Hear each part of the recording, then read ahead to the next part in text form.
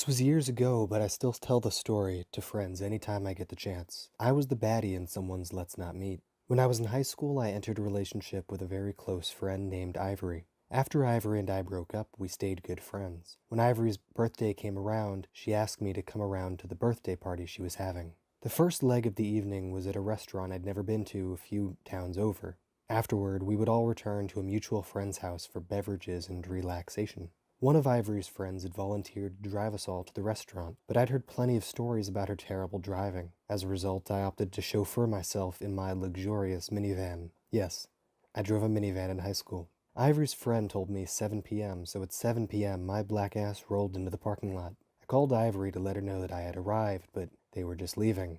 I overheard Ivory tell her friend, "If you tell Sip of Sunshine 7, he's there at 7. This all meant I had about a half hour of boredom before I'd have company. Being the introvert I am, I decided not to go inside and wait like a normal person. Instead, I decided to listen to whatever angsty music I was into at the time, probably Heartbeat by Childish Gambino. Moreover, I didn't park near the restaurant. The restaurant was located in a plaza, a strip, with several other stores along either side.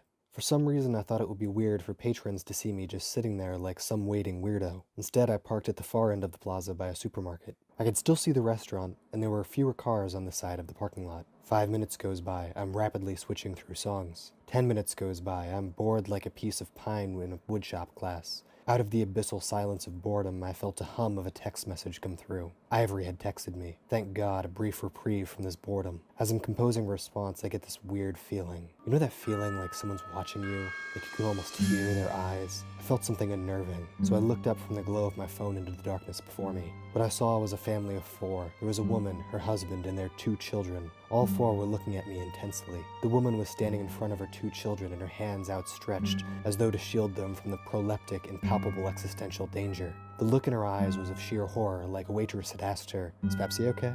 I have never seen such utter panic so visible on someone's face, and I once physically had to intervene to prevent an armed assailant from attacking someone.